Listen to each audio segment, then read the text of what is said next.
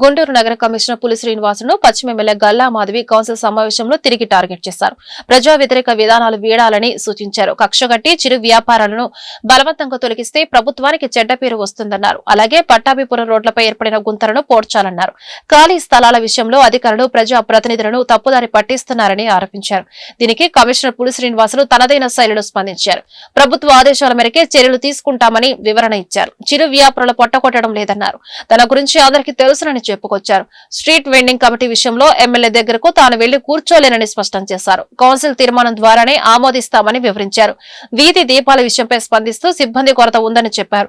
Street vending కమిటీలో YCP కార్పొరేటర్లకు అవకాశం కల్పిస్తామని ఈ సందర్భంగా మేయర్ కోవెరముడి రవీంద్ర హామీ ఇచ్చారు. రోడ్డు వెంపట ఉన్న అడ్డు కూడా రాని వాళ్ళని మాత్రం చాలా కక్షపూరితంగా తీసేస్తున్నారా అన్న విధంగా పనితీరు మాత్రం కనిపిస్తుంది. ఇబ్బంది కలిగే విషయాల మీద మాట్లాడుతున్నాము.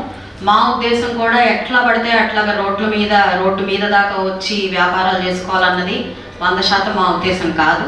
అయితే ఈరోజు కమిషనర్ గారు ప్రస్తావించిన ఎవరైతే లేడీస్ ఉన్నారో వాళ్ళకి ఆపోజిట్ ఏరియాలో ఇక్కడ పెట్టుకోకూడదు అన్న విషయం స్వయంగా నేను కూడా చెప్పడం జరిగింది అధ్యక్ష. పెరేడ్ గ్రౌండ్స్ లో పెట్టుకోకూడదు, ట్రాఫిక్ మళ్లింపు విషయంగా ఇక్కడ పెట్టడం కరెక్ట్ కాదని చెప్పడం జరిగింది.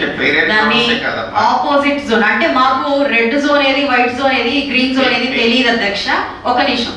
ఇప్పుడు కూడా మనం ఇప్పుడు మీరు నాతో వస్తే స్వయంగా నేను చూపిస్తాను. బొప్పాయిల దుకాణం ఉంటది, జ్యూస్ బండ్లు ఉంటాయి, సోడా బండ్లు ఉంటుంది. కానీ వీళ్ళకి మాత్రం ఉండకూడదు. వాళ్ళకి మాత్రం రెడ్ జోన్ కాదు అది. ఈ సదరు లేడీది మాత్రమే రెడ్ జోన్ అవుతున్నందుకు చాలా బాధాకరంగా ఉంది. గౌరవ కమిషనర్ గారికి నిజంగా సాధక బాధకలు తెలిసిన వ్యక్తి అవడం నిజంగా నాకు సంతోషంగా ఉంది. కానీ ఎందుకో మరి ఈ ఒక్క విషయం మీదనే ఆయన కాస్త పట్టుబట్టు ఉన్నారు అన్న అభిప్రాయం నాకు కలుగుతుంది. ఒకవేళ అక్కడ మిగిలిపోతుంది.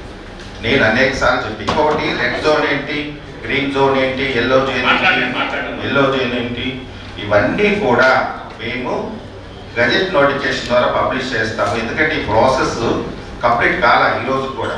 ఎందుకంటే పెండింగ్ జోన్ కమిటీ ఉంది జిఎంసీ లెవెల్లో.